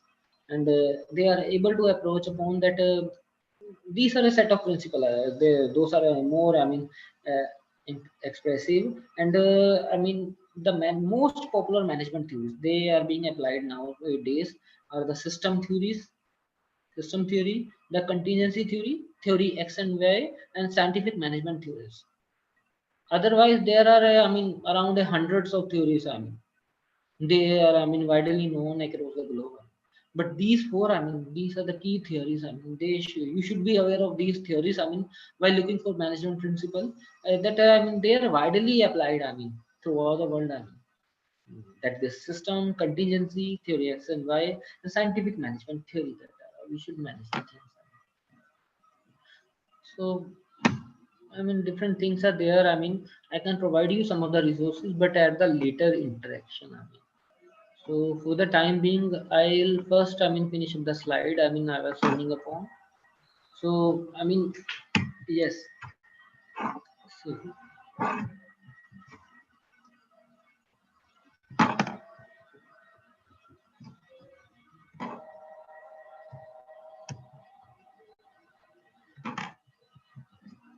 in the current scenario, I mean, I was also confined to as, I mean,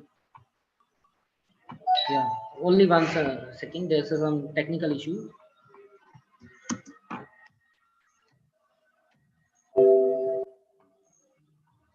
Yes, students, I'm resharing the slide. Yeah,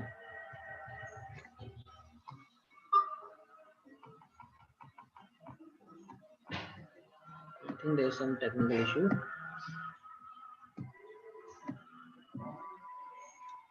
Yeah. So, discussing about the current scenario, that I mean, there have been different issues. I mean, in the recent decade, I mean, and in the present age, I mean, when we are having the COVID shutdown, I mean, so that is the biggest challenge. I mean, that how we should manage the business activity. I mean, actually, I mean, that many enterprises they are being challenged that how they should manage. I mean, and there had been a recent article, I mean, and different, I mean, papers, I mean, or different studies that how this I mean, e-commerce marketer they, I mean, turning the current situation of this shutdown or this COVID failure into their advantage. I mean, so they're marketing the products that are basically needed, and especially the e-commerce marketers. In, I mean, I can see. I mean, just a couple of weeks ago, I visited a shopping mall. I mean, in locality. I mean, I've seen that pantaloons. That is, I mean, a popular brand. I mean, of clothing. I mean, menswear especially. So I visited that. I mean, and they basically. I mean, they never. I mean, marketing that mask. I mean, the face mask, and the pantaloon. The people were marketing the face mask especially. They had a full-fledged, I mean, counter for that thing. I mean, even clothing people, I mean, they can see that, I mean, how what we can market actually. So businesses they are looking for alternative. I mean, what they are marketing. in the particular set of problem or particular set of situation. And accordingly, we being a management person, we need to be proactive. We need to be ready for every challenge. We need to look for what is the activity that is more accessible, that is more dynamic. We need to change, we need to adaptive, as per the current present problem. And accordingly we can be successful. And we should be prepared. In the present day, let's say, there had been a huge demand, of the basic amenities such as fooding, yeah, the basic clothing. Even these days, face masks, they are being highly in demand. From last 5 or 6 months, the hand sanitizer and so on. So firms are there, who are, not only marketing in person. That in person marketing is very much risky. We are having a lot of health concern. So they are going for, this e-commerce marketing. And e-commerce marketers, they had been more successful. In this period, especially, that e-commerce brands can view the current scenario as an opportunity, provided they are able to focus on brand building and innovation. They can innovate the what are the efficient solution and how they can market them. Even the very conventional organization, the 200 years old organization, India Post, that is Department of Post, Government of India. I am having presently a research upon that. With the Ministry of this communication. So that organization, that is very efficiently providing that resource allocation throughout the region. All the government communication, all this e-marketing. Even these e-commerce providers, since the courier companies are not that efficiently operating within India these days. The Department of Post spread throughout India, and even some of that offices in other countries as well.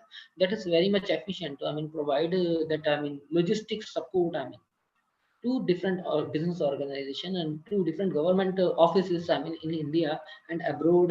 To have all that communication, and somehow it is generating businesses for itself. And also it is facilitating different organizations and different enterprises, to handle all those things. So we need to look upon, for the business, that how we should administer, how we should handle the problem. Even a disaster come in our way, we should be proactive, or at least we should be that much active that we will be able to handle that situation. The first, we have some information, and we are identified that this is a genuine information regarding a particular calamity coming ahead. We should be aptly available with the resources. We should have a prior plan, or we should have an advanced sufficient plan, that how we should handle that policy, and accordingly our strategy would help us to allocate the thing. And with that, I close this particular topic. I have another PPT, but I don't think we have much of time. And it is for the next session accordingly. And with this, thank you. And there's a view from Ganga Ghats. And that's a view of the sacred river Ganga, the Ganges, in that Banaras. Banaras is a popular city of India. And the Ganges, it is being seen from there. And in Deepavali, we have lot of diyas. The light candles, they are flowing in the water. So that is a nice view. And with that, I'm having many good wishes and a lot of blessing for you all. To have a successful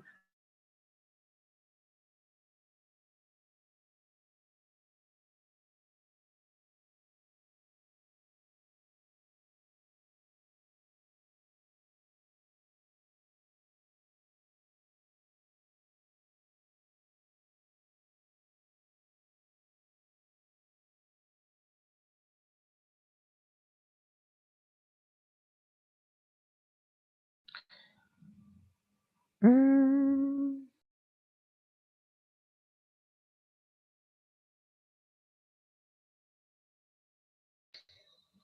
Hello, Mr. Rohit Kandar, you still there?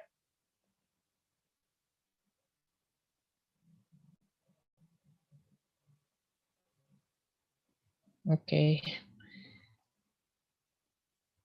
Halo, Bu Yudit. Permisi, Bu.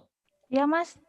Ini Ini kan sudah 2 jam ya. Nanti mungkin Heeh. setelah ini bilang ke Mr. Rohit kalau ini udah Q&A session. Tapi I think cuma 1 question aja enough karena habis ini Mr. Rohit masih ada kelas lagi.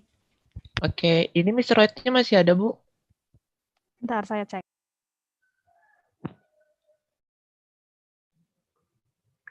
Aku satu pertanyaan aja kok.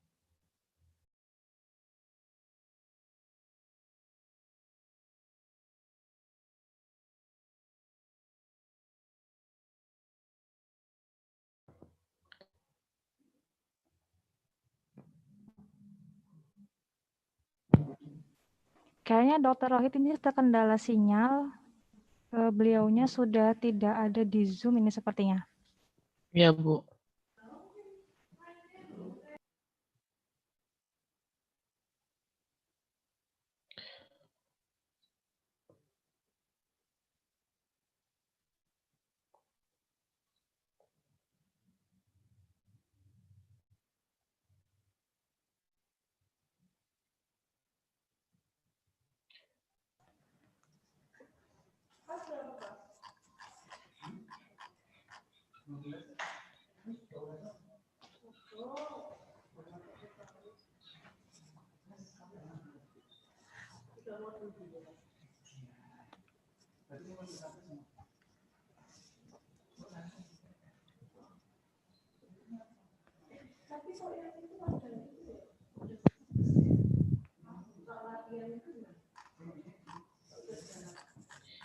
Ibu Yudit, permisi, Bu. Ya, Kemal gimana? Nanti ini nggak apa-apa ya, Bu, kalau kita telat masuk di pelajarannya Pak Yul. Soalnya setelah ini kita ada ini, Bu, ada presentasi juga di pelajarannya Pak Yul, Bu. Pak Ya, oke. Yuliansah. Ini saya sedang hubungin Mr. Rohitnya. Saya bilang kalau waktunya sudah habis. Tunggu sebentar ya. Siap, Bu. Kuliahnya Pak Yul jam berapa?